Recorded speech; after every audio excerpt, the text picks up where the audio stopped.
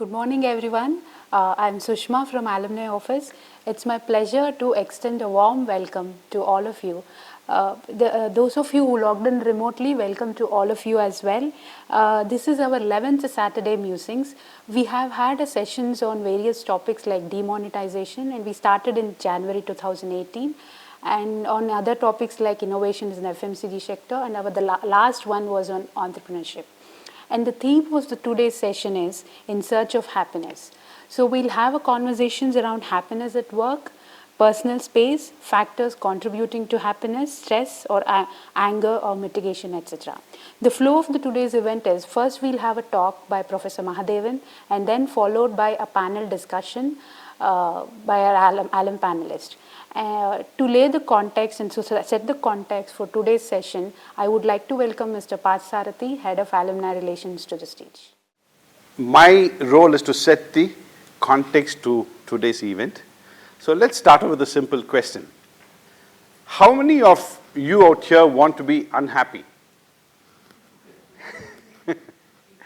Yeah, I don't see any hands up. So, okay, next question is, how many of you are satisfied with your lives right now? I think show of hands, or two hands, okay. That's like, it's easily more than 80%. Now here's the interesting part. This question has been asked to many groups of people, across age groups, across income levels, ethnicities, different minorities, attractive, unattractive people, I don't know what that means. But essentially this question has been asked to people from different walks of life. And 80% plus of people say that they are satisfied with their lives. But is it really true? Most of them come from different circumstances. Do circumstances actually impact your happiness levels? Interestingly, researchers have found that human beings have a very positive outlook of the future. The only conclusion that human beings have a positive outlook and what they refer to as an optimistic bias. They like to look at the bright things of life. They look at hope for the future, irrespective of the varying conditions in which they are in. That's a very interesting insight. Which means we are wired in some way to be happy. And there is a reason to that. There is also a biological reason to that. The human brain has evolved over 2 million years, and it's increased in size by 3 times, in terms of volume, in terms of mass. And what has happened is, there is one portion of the brain that has got added to the brain. It's called the prefrontal cortex. And the prefrontal cortex, one of the things it does is it simulates experiences in the head. And that's why we are unique. We are able to visualize, we are able to synthesize, practically we are able to synthesize happiness in our heads. Nothing to do with the physical world. The point that I'm making is, human beings have this propensity to look at the future in positive terms. And that is why we would like, it appears that we all seek happiness in some way or the other. Here's another interesting observation. When I meet students, say MBA students, I ask them, why MBA? What does it do for you? So someone told me, well, it gives me a nice secure job. If you come to IIMB, then I tell them, what will the job do for you? He said, I'll get lots of money. So what will the money do for you? I'll get a big house. I'll get a nice big car. So what will that do for you? And you keep asking these questions, and ultimately they say, it gives me happiness. Right? So to attain happiness, you choose many routes. You might be playing different roles in society. You might be accumulating material wealth for yourself. And there are some entrepreneurs, there are some students, when I ask them, they say, I want to become an entrepreneur. So I ask them, what will becoming an entrepreneur do for you? So some of them tell me, Well, I have an opportunity to provide employment to a lot of people. So what will that do for you? It gives me happiness that I'm able to contribute to the world in some way. Right? So whatever answer that you might have, which seems to be seemingly different, when you drill it down, it seems to be that you are in search of happiness, or you want to fulfill or attain that emotional state, as they call it, of happiness. So, ladies and gentlemen, today's topic is all about happiness, in search of happiness. There's another interesting thing that actually comes to my mind. The hardest habit to break of all habits is the habit of happiness, because we are wired to be happy. You know, you can break all other habits, but happiness is something we really want for ourselves. So today what we are going to do is, we will explore this topic because it's so important for all of us. To understand the factors behind happiness, what makes us unhappy, are there strategies that we can adopt to remain in the state of happiness in different circumstances, maybe at workplace, maybe at home, personal, professional lives, whatever, right? So we are going to explore that, and we have a wonderful session lined up for you today. We have, as usual, we have a faculty who would be introducing the topic. He would do a talk for 20 minutes on this topic, and followed by a panel discussion. We have a wonderful set of panelists. And let me cut it to the chase, give a brief introduction of the professor, and then he shall take over. Professor B.Mahadevan is a professor of operations management at IIMB, where he has been teaching since 1992.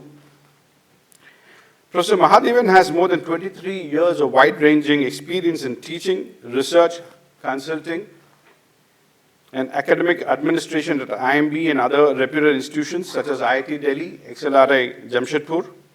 He was a visiting scholar at the Amos Tuck School of Business, Dartmouth College, New Hampshire in 1999-2000. He was also a retainer consultant to Deloitte, US in 2001-2002. He was earlier the chief editor of the IIMB Management Review.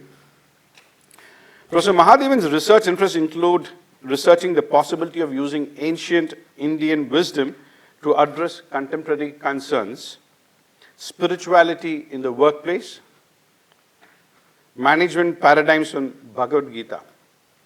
In the traditional areas of management, the research interests include design of service systems in customer co-creation of value and order, allocation issues in electronic markets. Professor Mahadevan was a member of the Central Sanskrit Board, I'm not sure if he's still a member, an advisory body to the Ministry of HRD, Department of Education, on all Sanskrit-related policy issues in the country. We were just chatting, and Professor Mahadevan is also a voracious and an aficionado of cricket. He just mentioned that, you know, he was an all-rounder. He has one of his old students out here against whom they played in 1996-97 match, and he was a star performer. Okay, so welcome, Professor Mahadevan.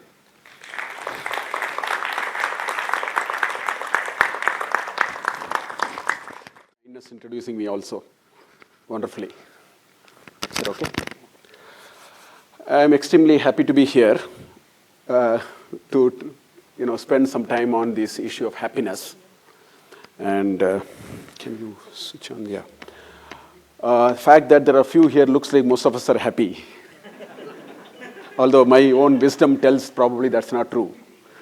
And when I agreed to talk about this, I thought for a while, and I said I should change the title of my talk from In Search of Happiness to In Pursuit of Happiness, because there's a difference between pursuit and search. Search has a certain shade of uncertainty, whereas pursuit means it is there. We are only going towards it. So, because I entirely agree with him, nobody wants to be sad in the world. Okay, thank you. Nobody wants to be sad. Everybody wants to be happy. And so this pursuit of happiness perhaps only leads us through a highway which seems to be too long. And every other day we discover what happiness really means. So what I'm going to do in about 15-20 minutes is to set a broad framework which will help us for the panel discussion. Because when you talk of happiness, the very fact that everybody wants happiness, but happiness seems to be something which is passing baton every now and then, clearly suggests to us that there are three things about happiness which I want to briefly touch upon. The first thing is there seems to be an issue of what is the notion of happiness itself. So I want to little bit touch on that. I want to lay a broad ground and leave it. The notion of happiness is one issue. If we got it wrong, then this pursuit will be forever. The second thing is the source of happiness. Again, even if the notion of happiness is sometimes understood, if we miss the source of happiness, we'll be searching in this room while it is in the other room. So again, this journey can be quite longer. And the third and the most important thing is the method of getting happiness. So this is a subject which is very vast, which has to bring a great deal of philosophy and spirituality into it. I don't think I have time to do all that, and nor we have time to do all that. So I'm going to very quickly touch upon a few things, more because that would possibly open up several sort of loose ends for us to sort of keep talking about. So that's what I propose to do. The first thing that I want to talk about is the basic premise of happiness. What is the notion of happiness itself? Now, if you talk of the notion of happiness, there is a very clear divide between the Eastern understanding of happiness and the Western notion of happiness. In fact, the Journal of Happiness, if you keep reading, you find very interesting papers which are written. But to cut the long story short, if you take the Western paradigm of happiness, there are two approaches. One is the hedonic approach, which is very recent, which says that it's all about going after pleasure and avoiding pain as far as possible. That's the kind of a definition broadly fits into a hedonic notion of happiness. Whereas if you go 2000 years back, Aristotle and Plato and so on, they have a different understanding of happiness, which is eudaimonic, which is all about saying it's all about self-actualization, living for a certain fulfillment of oneself and so on, that kind of framework. Now, if you take the Indian system, right, we have exactly these two. There is something called charvakas, okay, and there's a nice shloka which says that yavat jivet sukham jivet, okay, rinam kritva gritam pibet. Live on credit, but you have to enjoy. Just enjoy. Doesn't matter whether it is credit and so on. So that's one methodology of happiness and goals of life in India. It is called charvakas. Of course, then this whole Vedic and all these things are similar to eudaimonic and so on. But anyway, I'll quickly take this to explain what it actually means. Let's look at each one of them. Look at the bottommost. Now, in the Western system of happiness, it's all about somehow avoiding suffering. In fact, I must tell you, to a large extent, many of our understanding of happiness today and our pursuit of happiness is coming from the right side. To a large extent, because of a certain kind of education. Just to tell you, we have brought this happiness to such a fragility that you need to upload a picture in your Facebook, okay? And then get very tense how many people are going to put I like it. If few people say they don't like it, your happiness is gone. So we have brought happiness quotient to such fragility today. Whereas, from a situation of avoiding suffering, the Indian system, the Eastern view, it's not even Indian. If you take Taoism, if you take Confucianism, if you say Sufi, you take Buddhism, Hinduism, of course, all of them actually come on this side. They believe they value suffering. They believe that suffering also brings a certain notion of understanding of life and giving us a certain sense of happiness. But that's why in Bhagavad Gita, Krishna says, Matra spashasta kaunteya sitoshna sukha dukkataha agamapayino anityaha tam titiksha swabharata. He says life is actually a roller coaster, Krishna says to Arjuna. Sukha and dukkha, hot and cold, will blow. So the happiness that we have understood is actually, it's buy one, take one free. I mean, asking only have, good things will happen to me, which is what we are all pursuing today, is a very strange idea. I don't know from where did we get, because that comes from this side. Whereas life, as we have understood, is buy one, take one free. You want happiness, I'll give you a little bit of sadness also. I mean, proportions we can always talk about, but avoiding suffering is not our cup of tea in our understanding of happiness. In fact, positive emotions and feelings and satisfaction are the basic domain in which happiness is understood in a hedonic and even eudaimonic Western methodology. Whereas in our methodology, there is a very clear articulation. If you look at Hinduism, there is phenomenal discussion on what is called non-ephemeral. In fact, happiness is defined with 3 parameters. One which is nitya, not anitya. Whereas a lot of these happinesses are half an hour later gone. You get President's Award, tomorrow morning you will become unhappy. Tonight you will be happy, definitely. Tomorrow morning what will happen, I have no idea. So anything which is ephemeral is not happiness. Anything which is inadequate, not copious, is not happiness. Anything which does not stay with you forever and gives you a sense of fullness. In fact, Krishna again says in Bhagavad Gita, Apuryamanam achala pratishtam. Samudramapaha pravishanti yadvati. He says, the greatest rivers in the world, you take Brahmaputra or Amazon, even if it empties its entire water into an ocean, the ocean will not even shake. Apuryamanam, it is fullness. Happiness is measured with a sense of fullness. Fullness does not come by these momentary pleasures, which is followed by pains. So we don't talk about that as the index of happiness in the Eastern tradition. Then, of course, in the Western tradition, happiness is individual.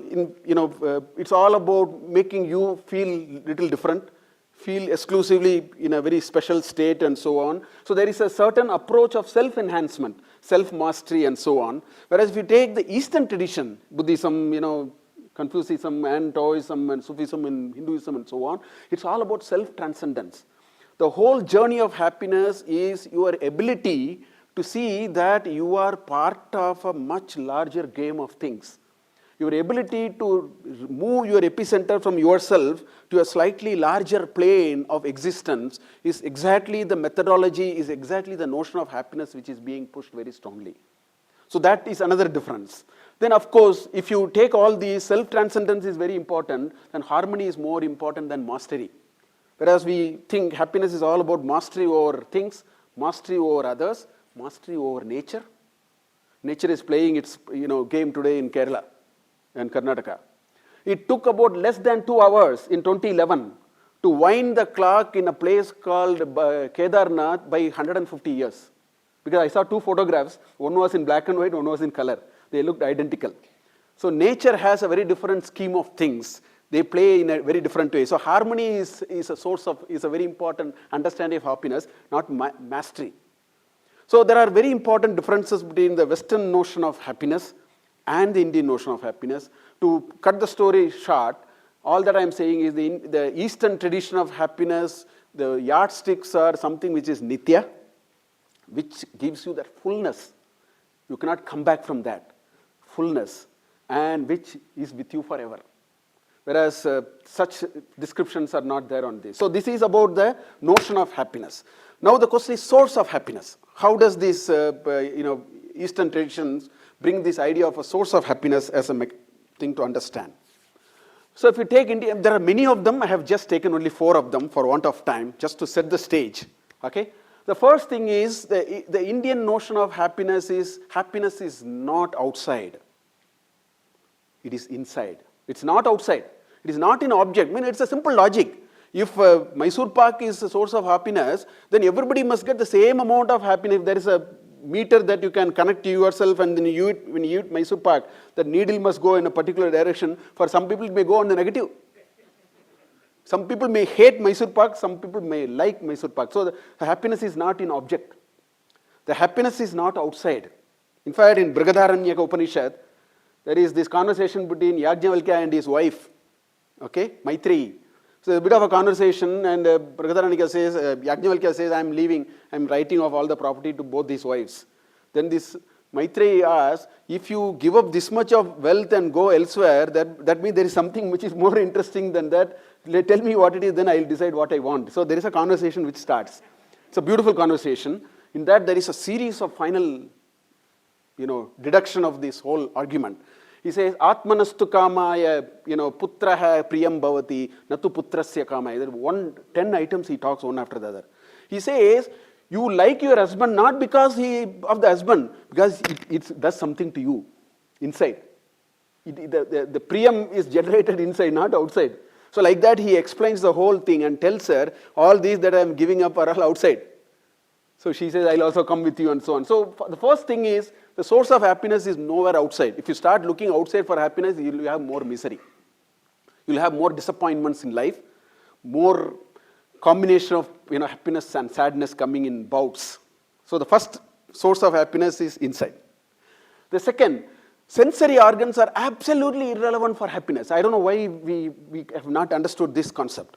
Every one of us is wired by this mother Prakriti, by this nature, that we should be in absolute bliss for 5 hours a day in a state called Shushupti, deep sleep. In deep sleep, you enjoy the ultimate source of happiness. That is why when you get up, you are energetic. If you are very tired, the best thing is to have deep sleep.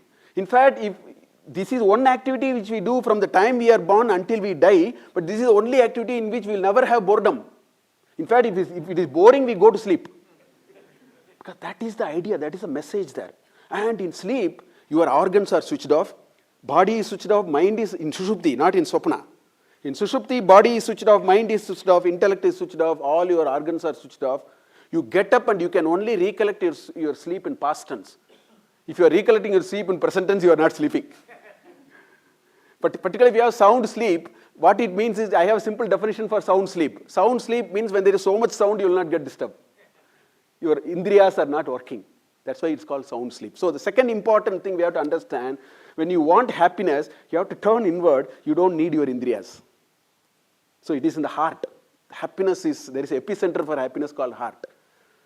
That's why when people say, who are you? I'm an operation research person. So if I can use shortest path algorithm, I say, I am Mahadevan. I never do like that. I touch here. I say, I take my hand all the way. I don't even do this. I say, I am Mahadevan. And every one of us will do like that, irrespective of our nationality, our age, because this is the epicenter of happiness. That's why our naturally hand goes here. This is the epicenter of happiness. Then it is independent of one's economic status. In fact, when I wrote it, I came actually to the conclusion that it was wrong. Actually, it is negatively correlated to the economic status. Because there is this Lancet study and so on, which says that the amount of suicide that is happening is positively correlated to the disposable income of the people. It is urban people, educated people, wealthy people who have greater propensity to do suicide, which is an act of escaping from this unhappiness that people have. So actually, I should put it the other way. But I think in a more general sense, happiness has nothing to do with the amount of wealth you have, although we seem to be so engaged in somehow to, Parsarathy talked about it at the beginning, so much of effort we put for wealth creation and so on. Please create wealth, but don't think wealth is equal to happiness. The source of happiness is beyond that, or independent of that, or despite that. That's the third. Fourth, happiness, I said, the Eastern tradition values suffering. So what does it mean? It actually means happiness is that state where we are able to develop a sense of equanimity which takes you beyond the world of dualities. The world is full of dualities, good, bad, happiness, sadness, I like him, I don't like him. This is there, this is not there. You can write a dictionary of dualities. Now, if positive, negative, in a very generic sense, happiness comes when you are able to go beyond this world of dualities. That is the highway in which happiness is there. Again, our Indian scriptures talk about all these in great details. For want of time, I'm not getting into any of those. I'm just wanting to tell you. That's why I always say joy is very different from enjoyment. For enjoyment, you need your indriyas. If you have to enjoy a cup of ice cream, you need a tongue, you need the taste buds, you need the smell, ability to smell. Whereas joy is independent of your sense organs. That's why Shushupti is joy. Whereas eating ice cream, having one bout of halwa is all enjoyment. So this weekend getaway is enjoyment, not joy. Because we are going after something outside. So that is why joy is very different from enjoyment. So it is actually a question of discovering joy and so on. Now, how do we get this? Again, the ancient Indian tradition and the Eastern tradition gives a whole gamut of, for example, to talk about the world of dualities, there is an Upanishad called Kathopanishad. Beautiful definition of Shreyas and Preyas. Pleasant and good. Pleasant and good need not go same always. Sometimes what is pleasant may not be good. Sometimes what is good may or may not be pleasant. So it's beyond all these classifications of plus and minus, good and bad and so on. There's one Kathopanishad which talks in great detail about all that. So how do we actually get it? There are three. First of all, we should understand, look for happiness, get your happiness from inside, not outside. I mean, you engage in the outside world, of course. We need to. You engage in the outside world, but then if you think happiness is outside, I'll tell you what will happen. Today, what I see in modern sort of things is I have my happiness. My happiness is in the form of 1,000 remote control. And I distribute it to all of them here with a green button and a red button. If you press the red button, I will get upset. If you press a green button, I will feel happy. So as though my happiness is a function of what button you are pressing. This is what we have done today. We have kept the happiness in the outside. So somebody commented on me, actually he should feel upset. Why should I feel upset? I mean, this is illogical, but that's what we are all about. Somebody said something so badly about me, which is not the case, and I get upset. This is like he is pressing a red color button in the... So you have now distributed 1 million remote controls in the world, and you dare want to be looking for happiness. So collect all the remote control first. Collect all the remote control. That is what I mean by saying world inside. Right? Heart, there is a difference between heart and brain. You can have a, one-to-one, you can have a hearty talk, never have a brainy talk. If you have a brainy talk, the pistol will come out. You can have a hearty food, you can never have a brainy food. See, in English we use these words. Heart is different from brain. If you operate from epicenter called brain, it's all about ahankar, it's all about ego, it's all about I am better than you. So, all this get into, so this happiness and all that is now all remote controlled all over the place. Whereas we operate from a source of heart. So we need to understand how do you operate from the source of heart. And all these requires a little bit of reflection and thinking and training. I'm not, again, these are all very vast subjects, I'm only putting it. Third thing is a beautiful concept called detached attachment, because we are all in the world of working and business and so on. So I will take one idea from Bhagavad Gita, the entire summary of 6 chapters of Bhagavad Gita I'll do with one slide to show what it is a very meaningful way of discovering workplace happiness. I will just take a few minutes and stop there. So let me tell you how is Krishna actually talking about what is called workplace happiness, if you wish. I will systematically take you through that, because this is a summary of my 6 chapters of Bhagavad Gita. I can't give you all those, I'm sort of putting it in a particular way. We do work. For every work that we do at home, at our workplace, at the society, at a community, whatever it is, we have to set goals. Krishna, of course, strongly argues we must set goals. There are these misconceptions about Bhagavad Gita, and there is this famous shloka, karmanyeva adhikaraha ma phaleshu kadachana. People have completely misunderstood that. I'm using only that shloka to interpret the whole thing. So you set goals, reset goals, change your goals. Of course, we should work with goals. As a professor of management, I will never say anything other than that. Better set goals, set targets for what you want to achieve. That's a very nice way to start. But then the question is what happens after that? That's where Bhagavad Gita comes. So I'll take you through a little bit of that. The most important thing is you should ask, how do I engage in work? Do you engage in work with what is in it for me all the time? Or you want to engage it in a sense where you say, what is in it for me is fine, but there is something more than that in life for me. So if you work with what is in it for me, that means you are now working on a result orientation. You somehow want it. You want to get that fame, you want to get that, and so the whole energy is now channelized with a result orientation. Let's see what happens when you have result orientation. Now, moment it is a result orientation, of course you have to take the results and start measuring it and see what happens, correct? So it can be good or it can be bad. It can go either ways. Let's go on the good route and what happens. If you go on the good routes, management tells us, don't get satisfied, get more dissatisfied. See, you started your life with a bicycle, then you wanted to buy a scooter, then you wanted to buy a Maruti 800, then you wanted to buy a sports car, then you wanted to buy a Porsche, you wanted to buy a 1-bedroom apartment, 3-bedroom apartment, then you wanted a farmhouse. So this circuit will keep only on a recursive circle and you end here. And you end here in such a way that the only way to escape out of it is through the bad. It's a very logical thing. You can go through a few passes. Finally, this flow chart, if you have to get out of this, then I have no understanding what will happen if it is bad. Because that's the reality of life.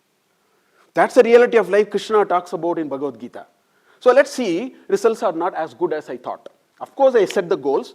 I put the best foot forward, of course, but the results were not what I thought. So the question is, what will happen? That's a very interesting question. The upper part is not at all interesting to me. The lower part is interesting to me. Because your source of happiness and all that is contingent on the lower part, not on the upper part.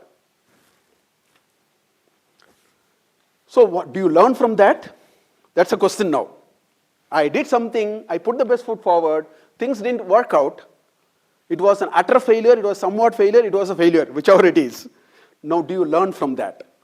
Right? Now, of course, if you learn from that, then the next question you'll ask is, did it give you any wisdom in life? Because learning need not give you wisdom. Knowledge and wisdom are not the same. Knowledge is different from wisdom. So when I learn from that, if I'm willing to learn from that, then the question I will ask is, out of that learning, did I get some gray matter? That's the next question I should ask. If I say no, then I go through this road, which means I missed an essence of the reality of life. So therefore, I get back to the same circuit now. I go there and then go through that mechanism and finally end up here again. Again, I will have to come only here eventually after a few passes. Now let's see what happens. If I refuse to learn from that, a lot of people refuse to learn from that.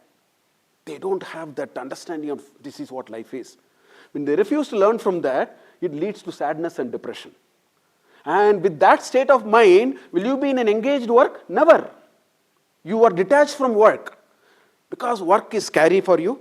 You have not understood the fact of life. Results are not good. So it leads to sadness and depression. Therefore, it will lead to stress and job burnout and all that.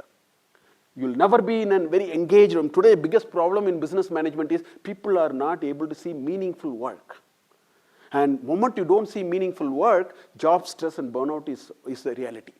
So that's the one path in which we will come. Now, what is the other path?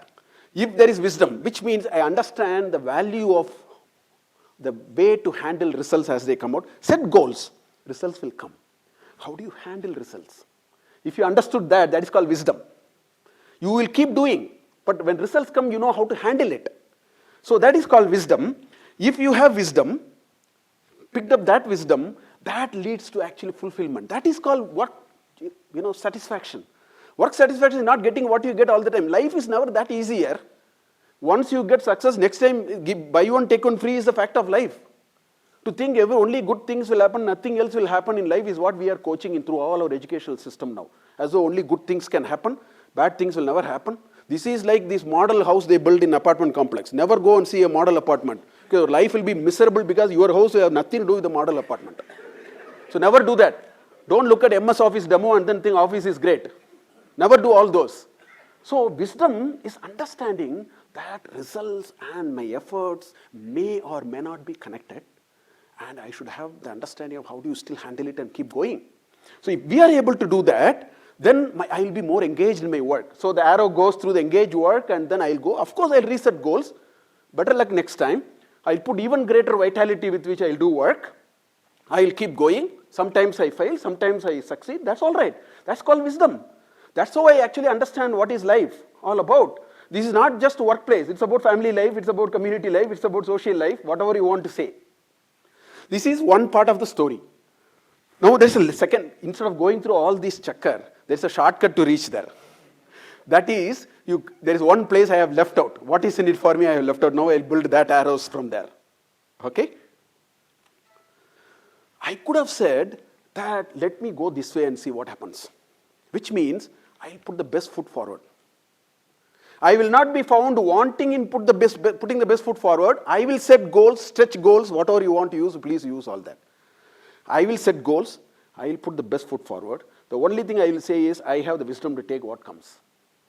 I will put the best foot forward. At the end of it, it's a complete washout.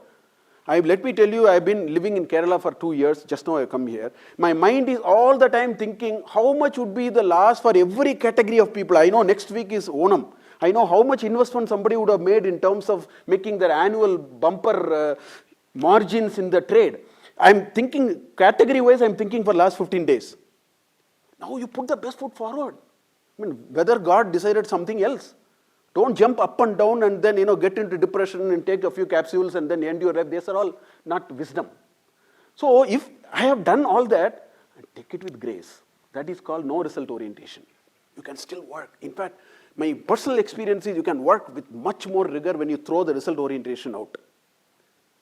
I mean, you have nothing to worry now. Just go on and do what you think, believe in. With passion, things may work. In fact, that is called karma yoga. That is why Krishna says, if anybody tries to do work like that, where you stretch goals, put the best foot forward, do all that you need to do, take with folded hands what comes out of it, because the variables are too many. I don't think you can control all the variables. Variables are far too many. I mean, even if you take a simple idea of crossing the road and taking that bus, I can tell you 8 situations. I don't want to get into it now. I'll tell you 8 situations. 1 out of 8 is the chance you will actually take the bus. Even for a simple act, you have no idea of what will happen to you. And you are now talking about thumping the desk. I put so much effort, so results must come back to me. That's childish.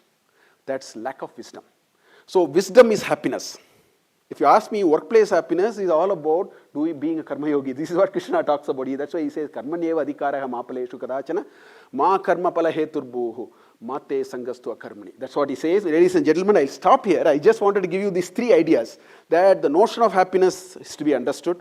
Source of happiness must be understood. The method of achieving happiness must be understood. This method of working is called detached attachment. How are you attached? You are attached because you are setting goals. You are putting the best foot forward. How are you detached? Because when results come, you say, "Theek hai, I will take it. That's fine." That's an act of wisdom. That means there is so much of gray matter that we have picked up in life that life is a lot more enjoyable. Thank you for this opportunity.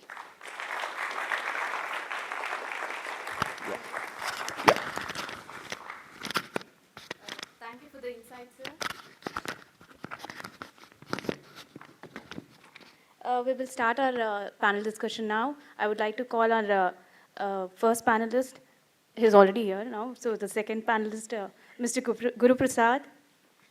Guru is the founding partner of Guru and Jana, a chartered accountancy firm, which is the only firm in India to file tax returns on 1st April for so many years now.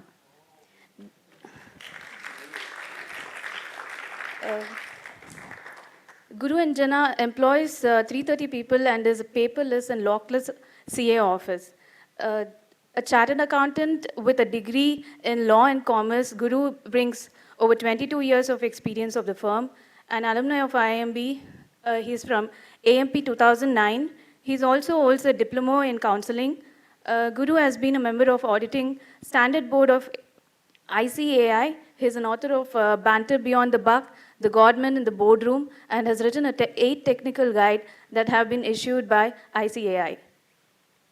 Welcome to you, sir.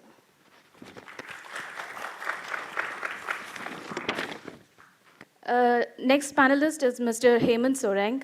Hemant wears many hats. He's a social entrepreneur, digital professional, author, blogger, diver, documentary filmmaker, mountaineering, marathoner, cyclist, wilderness medicine first responder, and early entrepreneur. In 2000, he co-founded E-Delta C Communications, one of the first digital agencies in India, which was bought by Ogilvy, a top advertising agency worldwide, after 2 years of profitable operations. He then moved on to work for various companies in leadership position until he plunged into entrepreneurship yet again with Rustic Travel a year ago. He's passionate about the outdoors and travel and finds ways to explore them, climbing mountains, diving in the sea, documenting them through blogging and filmmaking. He's an electronic and communication engineer from Delhi College of Engineering and also a fellow alumnus of IIMB, PGP 97 batch. Welcome to you, sir. Our final panelist is Dr. Ushy Mohan. Dr. Ushy Mohan is a doctor, a spiritual scientist who is passionate about linguistic and communication, an academic, a motivational speaker, and a voice coach. She organizes the popular Mind Workshop and is a founder and CEO of Dr. Ushy's Wisdom Work. She speaks extensively on leadership, diversity and inclusion, entrepreneurship and business, energy and functional dynamics in the workplace. She is the regional head IHRO. A national award-winning crusader against corruption in education, she has been responsible for bringing about transparency in medical education and creating the Medical Commission. She is founding president of Doctors Against Corruption, which addresses a malpractice and brings in reforms into the field of medical and dental education. She is also a columnist who writes regularly for many national dailies, is a multilinguist, is seen frequently debating on TV channels, and is often referred to Dr. Tung Fu. Welcome to you, ma'am.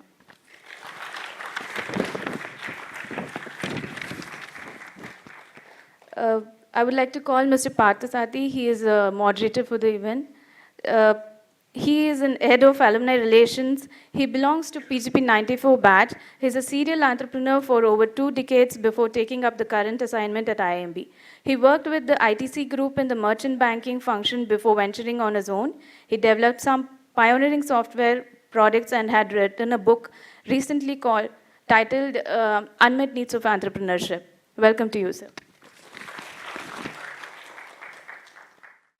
Welcome back to the campus, the alums out here.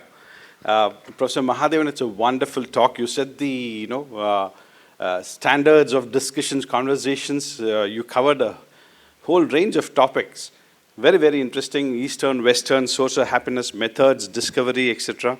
So let me start off. I think Professor Mahadevan has given certain perspectives on what happiness is all about. Anything that you would like to add in terms of what are your views on what happiness means to you? Any of the panelists? Yeah, the way you look at happiness. I'm not the expert on happiness because I've brought about a lot of unhappiness in many people for all the practices they've been at.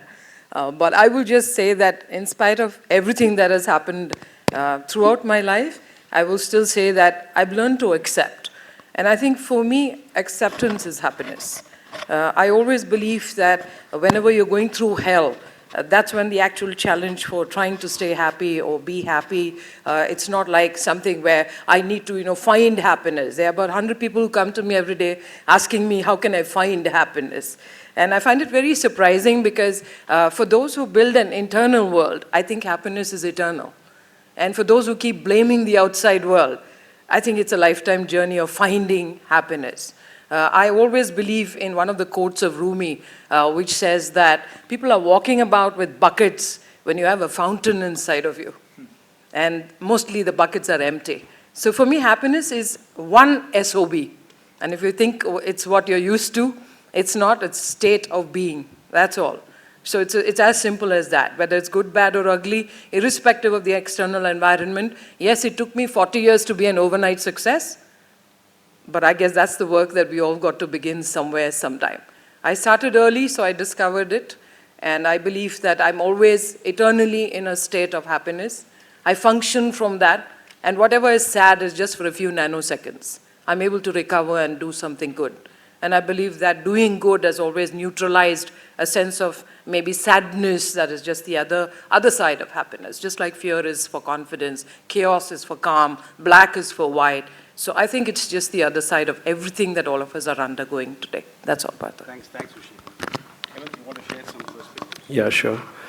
So when Partha reached out to me last week and said that, hey, Hemant, you want to talk about, be a panelist in this panel discussion next Saturday in search on happiness. I found it very, obviously I was flattered to be invited coming back to the campus. But I felt very strange. How can somebody talk about happiness?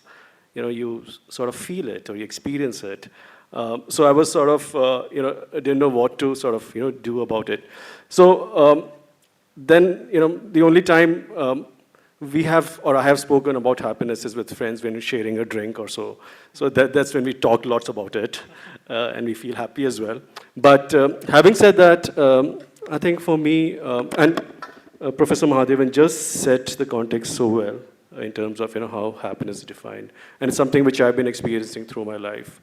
We have been largely a product of Western influence, so much related to what he put on the slide, and that's how definition of happiness is. So for me, happiness is just a state of mind. It is very short-lived, but over the years, I run a travel company. I travel quite a bit, and sort of experience. We talk, local cultures, talk to a lot of people, and we talk about certain things, and their aspect, their definition of happiness is completely different from what we are. Last year, in fact, I wanted to talk about this. Me and another friend, Kranti, who's also a fellow alumnus, we went to Bhutan, so-called Land of Happiness, and we sort of started this project called the Happiness Project, and we thought of documenting what people feel about happiness. So we started interviewing people. The whole idea was put it out in form of a documentary and sort of take it out. It's still work in progress, though. And we were just amazed the kind of answers which a lot of people gave. A lot of people from Bhutan, a lot of tourists, a lot of people we interviewed. It's just amazing, and it just sort of goes to tell that it's different from different people, and it's up to their own how to feel happy and how to discover maybe eternal happiness in life, which may or may not be possible. So I think over this panel discussion, for me personally also, maybe the entire concept of happiness will sort of become clear as well. So, yeah, thanks. A very strange thing, I agree with him. To talk about happiness is very difficult, and especially coming from a profession like mine. How many of you would actually like to tell, hey, I'm going to a chartered accountant's office. Probably. I'm happy to go to a dentist to pull up my teeth. It's going to be very, very difficult. And the other flip side is I stay in a pretty huge family. My grandmom is 93. My father's elder sister is close to 88. My dad is 80. Mom is 79. My dad's second wife is 79. And recently my dog has become senior citizen. So having around 8 senior citizens at home, you don't have an option. You have to decide to be happy. So my dad always used to tell, I asked him, how are you so happy? We came out with such a bad experience in life. We didn't have food to eat, and it was such a bad thing. But yet always you have been happy. He tells one strange incident. Have you ever fought with an auto driver? I don't know. Can you win a fight with an auto driver? I know, impossible. How can you win a fight with an auto driver? First he will start shouting at you, then he'll use his local slang, and you are nowhere left. You'll have to just mutter and go in social media and put something. You can't do anything to an auto driver. But the essence of that is, he has nothing to lose. He is bindas. He just goes on the road, honks, pollution doesn't affect him. If he has something to lose, then he has got to protect it. This guy has nothing to lose. So Dad was telling, okay, that's how we were happy. We didn't have anything at all. So when we didn't have anything to lose, what is the big deal to lose at all? So we came up from a background of that, and today children are happy because whether you are choosing between Tokyo and Italy. But we started being happy whether we won half a pencil or a full pencil.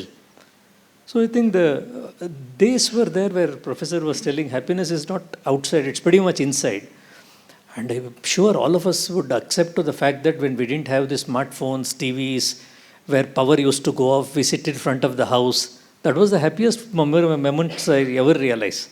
So we play this short game in the office. We put off power. A strange thing we do, we put off power. And in the night times, we put off power, we put off internet, and there is a deadline happening. And as she told that we do it as the 1st of April, we file returns. We've been pretty successful on that. And building an organization based on happiness, being an accountant's office it's something like an oncologist, I deal with happy people every day. It's not that way. Thanks, Guru. Thanks, all of you. Professor, this is for you. The topic of today's, the theme is in search. And you also mentioned maybe it could be in pursuit. Now, here's an interesting observation. the more you seek something, the less of that you have. The delta you don't have, so you're searching for that elsewhere. The seeking itself creates unhappiness. The more you seek happiness, the more unhappy you are. The more peace you seek, the more of less of peace you have. So do we really have to seek something, or is it that you just be in the moment? Okay, so this whole notion of happiness, as the other panelists also mentioned, there is a difficulty of semantics and communication. The heart of the matter is every one of us is nothing but a bundle of happiness. For example, our Indian system says you don't have to seek knowledge. You don't have to seek happiness. None of them, I use it more on a very sort of this thing. The fact of the matter is, the journey in our tradition is to unpeel these things which exposes what we are already. This is the position we have taken. So, knowledge is already there. Happiness is already there. But there is so much of these layers, because of these layers, the perspective and the understanding changes. So it is really not seeking in that sense of the term. It is a set of efforts, and those efforts in a very figurative sense of the term leads to progressive unpeeling of this ignorance, so that what remains finally is what you are. And what you are and you are going to be. So that's the position that they have. So in that sense, what you say is true. Yeah, basically it's not seeking. It's not something that you want for yourself. It is something that's already there. You're discovering the various peels. That's one way of looking at it. There's another interesting, Professor, observation that you made in that flow chart. There's a very nice one that you put up. Is the idea of when you don't get what you want, the results that you actually want, you learn from it, and then you become wiser. Now, what are the ways of getting over something that you have not got for yourself, and how do you attain that wisdom? Are there strategies around that in terms of... Well, I can only speak of a little bit of experience. I think the most important thing is to, first of all, understand the reality. I think it starts there. I think the frame of mind must be tuned to what I call as reality, which is that there could be occasions when we may not get what we are looking for. In fact, I am reminded of this great tennis player, Arthur Ashe. Many of you might have known about him. He was a Grand Slam finalist and so on, an African American and so on. Just by sheer wrong transfusion of blood, he got AIDS. He died. Now, he was such a wonderful personality, and lots of people actually sent messages and asked him, why you? And he gave a wonderful reply for that. I want to share parts of it. I mean, I'm not telling the whole reply, but I'll tell you the essence of what it is. Essentially, he said, if you have to be successful in the first level of circuit of playing, you must be 1 in 128,000 to be successful there. Then he goes on and on and on, says the different layers in which you have to grow to become a Grand Slam finalist, which is 1 in 2. Then he says, when all these good things happen, I never asked why you. Why should I ask why you now? That frame of mind we have to build. That frame of mind, if we build, then happiness is our exclusive property. Because he said, when good things happened, I never asked. When bad things happen, our average mind is what? Average mind is, when good things happens, we thumb the desk. In fact, I have been watching for the last 20 years. Every topper in CAT or IIM or this or that says it is entirely because of his effort, which is actually true. But it is not entirely because of his effort. Imagine what would have happened on the day of CAT exam, morning, 11 o'clock is the CAT exam, 9 o'clock he had 104 fever, he had dysentery. He can't even walk. So the point is, when success comes, we want to own everything.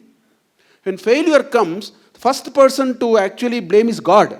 God suddenly appears from nowhere. The first person to blame is God, and the first person to blame is all our companions. They are all jealous. This is the frame of mind. Please change your frame of mind, happiness is discovered. So I think it is a journey which we have to be acutely aware of. When success happens, you are alone. When failure happens, the whole world is plotted against you, you are alone again. in a different way, that these kind of mental models are to be sorted out. If we sort it out, we are on our way. Thanks, Professor. I think what I'm hearing you is the cognitive processes that you have, is the way you work on the way you think, how you reframe your thoughts about a particular situation. And that probably, before doing the reframing, you would have to reflect. So if you don't achieve your goal, or whatever results that you seek, you need to step back and reflect, and then reframe the way you look at something, build resilience, and respond in a way that is different from the way you have responded in the past. So reflection, I'm just trying to think aloud. You reflect, you reframe, and then you, what is it I said just now? You respond differently, and resilience. You build the resilience over a period of time. So if these strategies are one of the strategies to cope with failures and disappointments. But yeah. there is a larger context behind all these framework, is to understand what is called realism. People who are more realistic in life are on an average more happier. Okay. It is a degree of realism which we need to have, with which we can even take the biggest risk in life. Sure. But the framework of realism is very, very important. Sure, thank you. Hemant, this question is for you. You actually went to Bhutan, but you just mentioned with Karanti. Any experiences that you were, if I'm not mistaken, doing something on the happiness project? Yes. Is there something you wish to share about your experiences there? Yeah, sure. So Kranti and I went to Bhutan. The whole idea was to visit the place and see it for ourselves. Why is it called the land of happiness? So to do that, it can't be just going there, just visit monasteries, do sightsee, take selfies, and come back. I have to actually get involved. So we thought of this project that we said that, okay, we'll shoot a documentary. We will meet people, we'll meet different type of people, we'll talk to them, a man on the street, a traveler, a monk, and ask this basic question, among other things: what makes you happy? So with that premise, we went out, we were there for a week, we went to different places, we stayed in homestays, we dined with local people, and the kind of answers which we got, I mean, and across age group we got, when people from US, people from Bhutan, people from India, across the globe, the kind of answers which we got was completely different. Some people really got deep into the answer. Some people were, there were some students we met, they wanted to just pass the exam. Then there was a monk which we met. In fact, he was a Rinpoche. A Rinpoche, I don't know, he basically is called the Guru, and he was basically a incarnate. He said that, he told us that when he was 3-4 years old, he could remember what could happen in his previous life. So he was picked up from Sikkim, and he was from Sikkim actually, and he was taken and stayed with the family somewhere else, and he grew. So he was telling about his journey, about happiness, and about his work, what he was doing. And he was a very unconventional monk. I mean, when you will meet him, he will be wearing t-shirt, jeans, and he'll go to nightclubs. So he was a rock star monk totally, and he took us to a nightclub. We never thought it existed in Thimphu, but it did.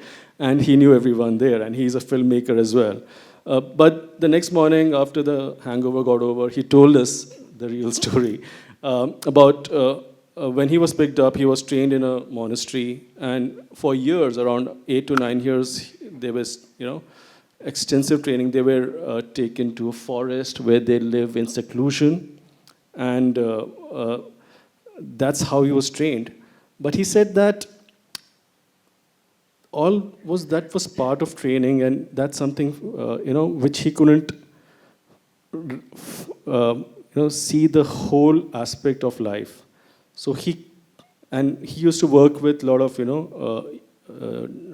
juvenile youth, etc. So he decided to sort of experience what the other side is in terms of what you call the material world, keeping his training in mind.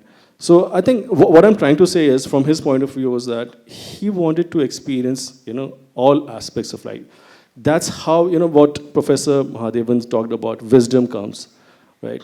to decide, what is right or what is wrong, and then go ahead and make a decision about it. So basically, that was the gist of it. The project is still work in progress. Hopefully, we should have a documentary out soon on that as well. Thanks, Hemant. This actually draws our attention to the fact of how we form beliefs about various kinds of people.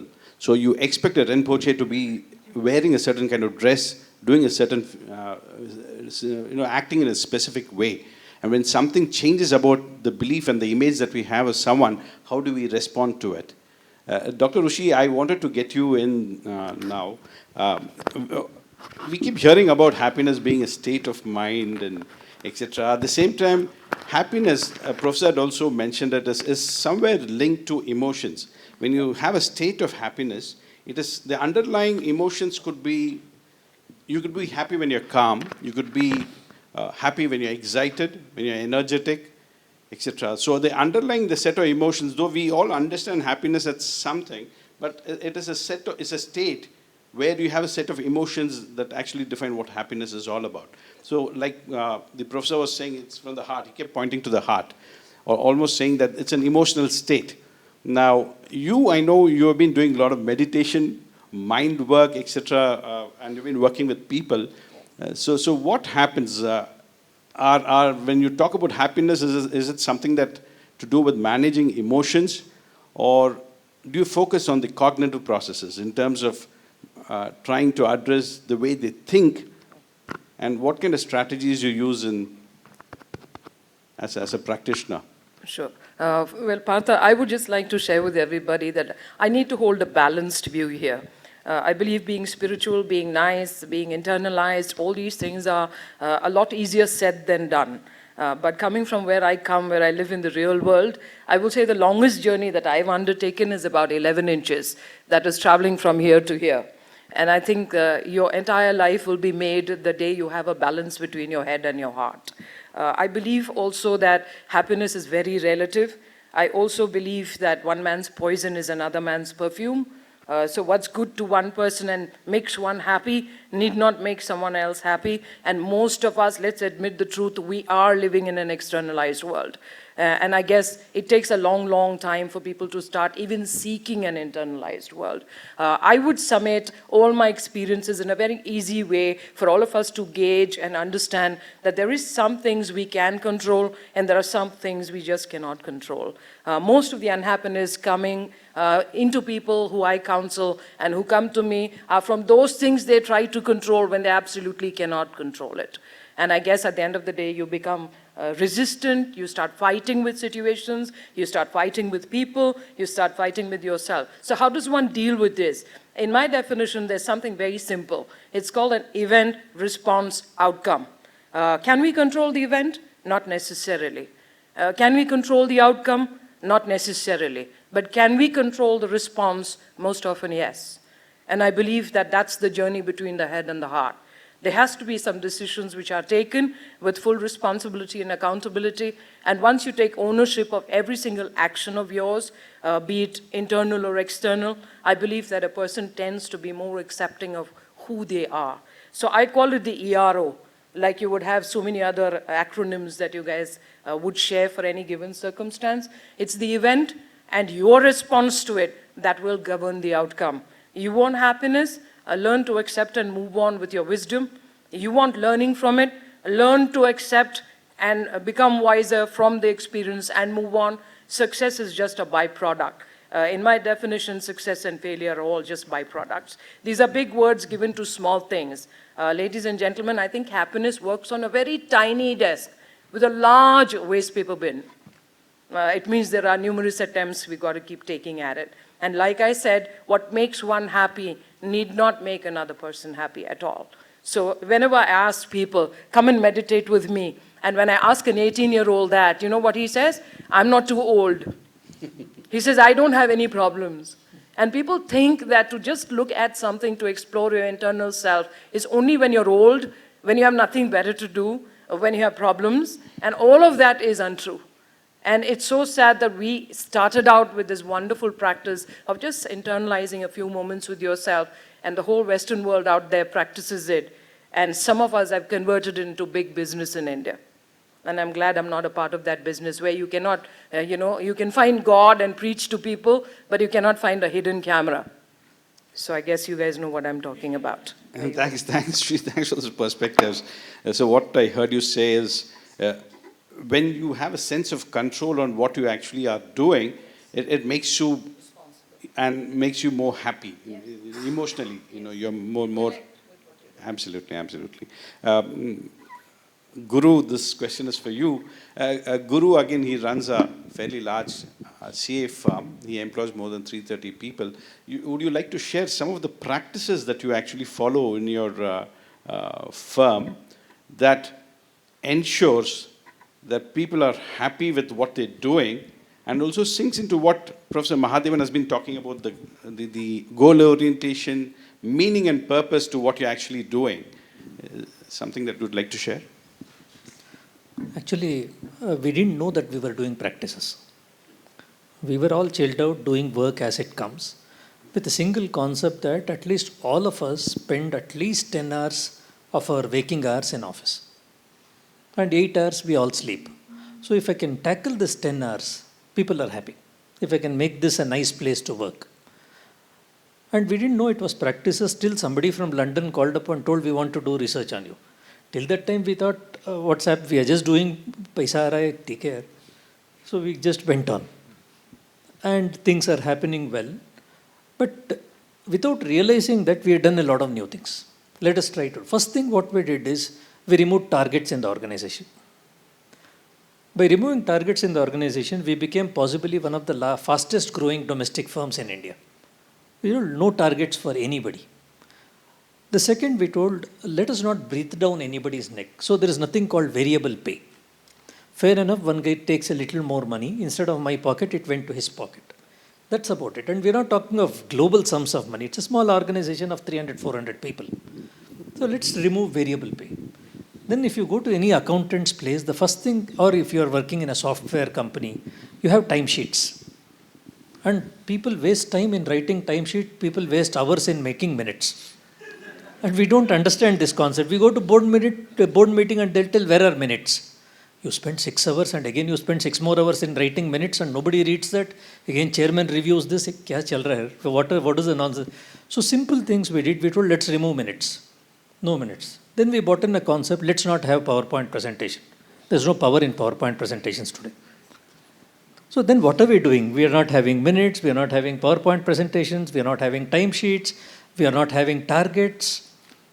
How are we going to? We have a vision of becoming the top 20 CA firms in the country. Without any of these things, how do we reach there? So we started experimenting small things. One thing we did is we removed every cabin in the office. We realized that a person comes to a workplace to be respected. If I respect this guy, then he is going to be more attached to them. So even when there is an office party happening, I will not sit and talk to my employee. I will go and talk to his mother. No, he tells, when we give these awards, no, that's a beautiful thing we learnt. When we give an award, a jealousy comes between people. Usko mil gaya, mujhe nahi mila. It becomes, so only 2 guys are happy, 8 guys are unhappy. What sort of award is this? So we told we'll give an award, but we'll not give it in the office. We'll go and make a surprise visit to the employee's house. Mostly on a Sunday morning where he is wearing a pajama or not. So we go to the employee's house on a Sunday morning when he gets an award and talk about it with his parents. This is what this guy did. And this is how your son has performed. And you will be surprised, Partha. I have done this around 30 times as myself and my partners have done. Every time people have cried. You don't get that crying when you give an award inside the organization. Every time people have cried. That's a beautiful feeling. So we do these small things like, in case I have to respect people, let me remove every cabin in the place. We did another thing. We removed intercoms in the office. We built in a tool. If you're inside the office, it is a 7th-floor office. If you enter the office, you know it's a happy organization. You just have to enter it. We removed intercoms, and if it is anybody is in the office network, he can't send an email. If I am sitting in the 1st floor and if somebody is sitting in the 6th floor, there is no email. We built a tool that the email blocks it if you're walking in the same server. So why don't you go and talk to him? If there is an intercom, there is a concern. Why don't you go and talk to him? Then we told, let's make it a silent office. Why the question of silence? They used to keep one guy in the office waiting when I'll come. And they used to call me Bulldog. So that guy's job is, he'll be waiting outside, hey, this Bulldog has come. All of you go back to work. So what was the reason? Then one secretary told me, you shouted in front of everybody. Yeah, you did a mistake. I shouted, obviously. No, the fact that everybody heard you shouting put insult to me, not that you shouted. Then we told, let's make it a silent office, because when you are angry, your voice goes up. And if your voice can be controlled, you can't be angry. And if you cannot be angry, you cannot be peacefully shouting at somebody. Not possible.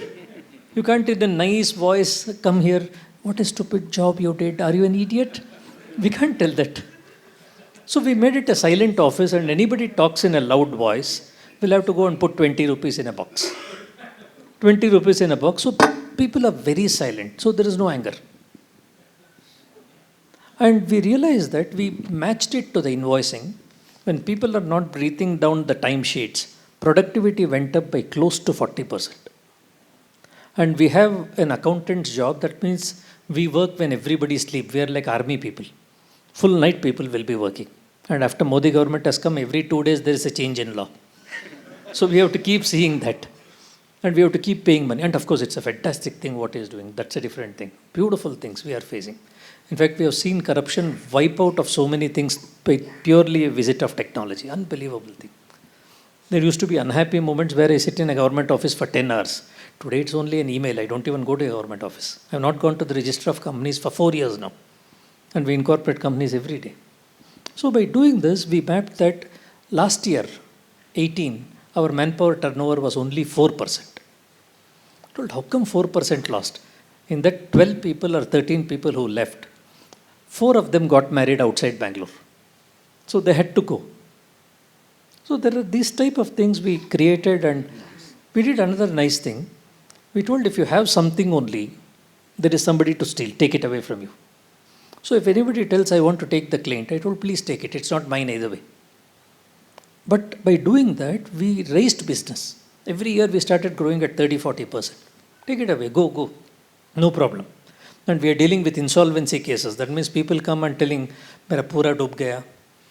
My property is gone, my house is gone, my wife will leave me now. Those are the type of cases we leave.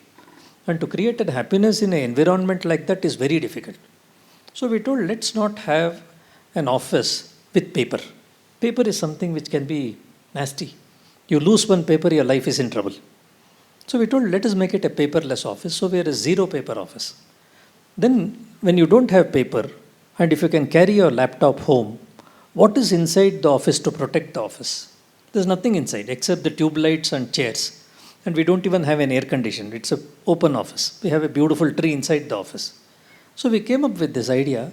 I'm taking too much time. No, please go ahead. We came up with this idea telling that let us remove locks in the office. I went to one Shirdi temple in Sai Baba, in Shirdi, and there was one Shini Shinganapur.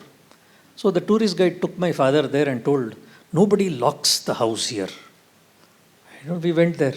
Kuch bhi nahi hai. What is the point of locking this? If most of them are living in dilapidated houses. So there is nothing to steal, I can leave it open. We bought that thing back to Bangalore. We are in Jainagar. And we told, let's not lock the office, we'll leave it open. And we went to one movie, myself and my wife, and my security called me. My security doesn't have, he's visually impaired. He's not a guy with normal things. He's a visually impaired guy. He told, sir, I'm hearing something in the second floor. So I put on the camera and saw it. Some 6 goons have entered the office. Because we don't have a door, we don't have a lock. People can just walk in whenever they want. And my wife was perplexed. I told, chill out. Let us see what is it they're going to take. So they were all sitting. They went, opened the fridge, had some water. And they're all doing like this. There's nothing for you to take. And we do a lot of work with the police constables' children. So constables keep walking in front of the office 24 hours. So we're pretty safe. So in Jainagar 4th block, we have an office today without a lock. And we have 3 floors of an office without power. Oh, why without power? How can you function without power? So I told, if you don't have power, you sit to we are all territorial animals. Even in classroom, we only want to sit in one place. So I told, without power means when power is not there, you go to the other building to charge. So at least go meet people and come. Just go meet everybody and come back. So we have got actually 2 floors now because we are more people. We have 2 floors without power connection. So you charge your laptop, go to some other place where there's a desk, charge it and come back to your desk. So you get to meet people. So by doing these unique things in the last 6 years, we've been doing practices like this. Life has been really nice. Yeah, we've been losing clients, take care, jaane do. At the same time, we've been gaining clients. And today it's become like a tourist spot for most of the accounting fraternities. Whoever comes, they'll tell, we'll go to Guru Jana, see their office and come. We become like one tourist spot of a thing. And when you come there, you'll see happiness cannot be seen is what told. But when you visit an office like ours, you can actually see it. It is visible there.